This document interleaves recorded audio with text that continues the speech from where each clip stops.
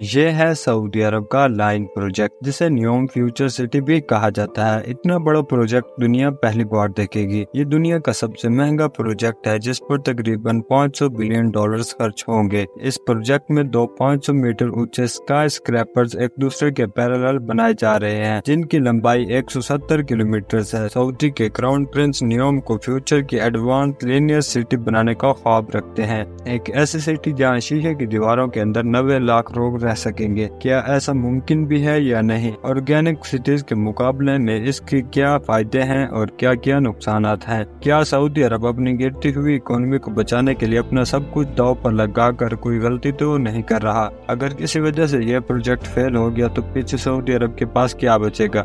Thrill T V کی videos میں ایک بار پھر سے خوش آمدید ناظرین۔ نیوم سعودی عرب کے ایسے پروجیکٹ کا نام ہے جو اپنی نوعیت کا سب سے یونیک شہر کہلایا جائے گا۔ یہ سعودی عرب کے ویسٹ میں گلف آف عقابہ سے سعودی عرب کے ایسٹ کی طرف 170 کلومیٹر تک پھیلا ہوگا۔ 2021 میں جب کراؤن پرنس نے اس پروجیکٹ کی اناؤنسمنٹ کی تھی تو اس وقت یہ کہا جا رہا تھا کہ یہ پروجیکٹ شاید سٹارٹ ہی نہیں ہو پائے گا۔ اگر سیٹلائٹ کے ذریعے دیکھا جائے تو ہمیں اس پروجیکٹ کے لیے جو جگہ بتائی گئی تھی وہاں پر انڈر کنسٹرکشن لائن واقعی نظر آ رہی ہے۔ جہاں لائن کی لمبائی 170 کلومیٹر تک پھیلی ہوگی، وہیں اس کی چوڑائی تقریباً 200 میٹر تک ہے، یعنی کہ اس کی لمبائی نارملی سوسائٹی کے ایک بلاک جتنی ہے۔ نیوم سٹی کی اونچائی تقریباً 500 میٹر تک پلان کی گئی ہے، جیسا کہ 830 میٹر اونچائی والی اسکائی اسکریپر برج خلیفہ کی ڈائریکشن اسکائی کی طرف ہے۔ وہیں نیوم اونچا ترین تو نہیں بلکہ دنیا کا سب سے لمبا ترین اسکائی اسکریپر ضرور ہوگا۔ سعودی کراؤن پرنس کے مطابق اس سٹی کے اندر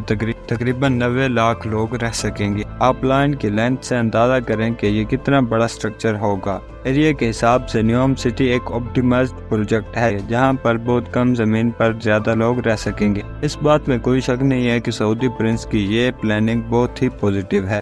جس سپیڈ سے دنیا کی پاپولیشن بڑھ رہی ہے، نیوم جیسی پری پلانڈ سٹیز ہی فیوچر میں بازی لے پائیں گی، کیونکہ اس کے اندر آرگینک سٹیز کے مقابلے میں بہت زیادہ لوگ کم ریسورسز پر رہ سکیں گے۔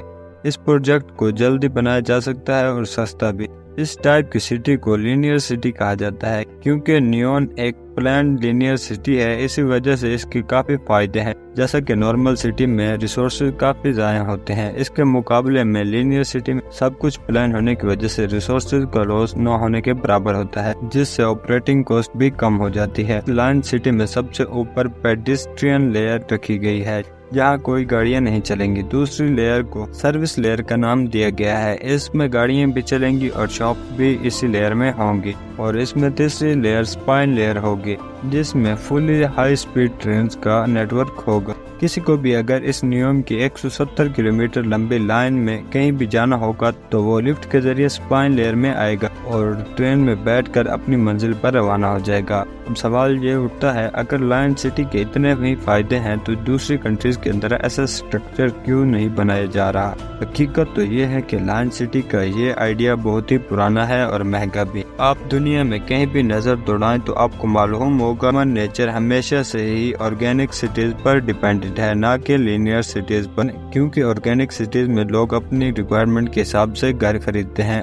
لوگ گھر خریدنے سے پہلے اپنے آفیسز، سکول، یونیورسٹیز تک کا فاصلہ دیکھتے ہیں، پھر اس حساب سے ہم جگہ چوز کرتے ہیں، جبکہ لینئر سٹیز میں یہ آپشن نہیں ہوتا۔ سب لوگوں کو ایک ہی پیٹرن میں رہنا پڑتا ہے، کیونکہ سٹیز لمبی ہوتی ہیں، اسی وجہ سے لوگوں کے درمیان فاصلہ بھی بڑھ جاتا ہے۔ لینئر سٹیز کے جتنے بھی فائدے ہیں وہ گورنمنٹ کے لیے ہیں، کیونکہ ان کو آپریٹ کرنا آسان ہوتا ہے، لیکن انسان اس کے اندر باؤنڈ ہو کر رہ جاتا ہے۔ اس کے علاوہ لائن سٹی کتنی بھی لمبی کیوں نہ ہو، باہر کی دنیا پر ڈیپینڈنٹ رہتی ہے۔ ڈیلی لائف کی ریکوائرمنٹس کو پورا کرنے کے لیے سامان باہر سے ہی آتا ہے۔ ظاہر ہے کہ یہ سامان لینئر سٹیز کی انٹری یا پھر ایگزٹ سے اندر آئے گا۔ اسی طرح ان دونوں پوائنٹس پر آرگینک سٹیز ڈیولپ ہونا شروع ہو جائیں گی، جو پھر آہستہ آہستہ اوریجنل لائن کو ڈسٹرب کرنا شروع کر دیں گے۔ یہ سب جانتے ہوئے بھی سعودی عرب نے $500 بلین کے اس پروجیکٹ میں ہاتھ کیوں ڈالا؟ سعودی عرب اپنی تیل کی کمائی میں اتنا اندھا ہو چکا ہے کہ اس نے آنے والے خطرے کی جانچ ہی نہیں کی، جبکہ اس کے مقابلے میں دوسری عرب کنٹریز نے خود کو ٹورزم کی طرف ڈائیورٹ کر دیا۔ ایک سروے کے مطابق 2050 تک سعودی عرب کے تمام فوسل فیول ریزروز ختم ہو جائیں گے۔ اس سے سعودی عرب کی اکانومی پر بہت زیادہ ایفیکٹ ہوگا۔ یہی وجہ ہے کہ دنیا تیزی سے الیکٹرک کارز اور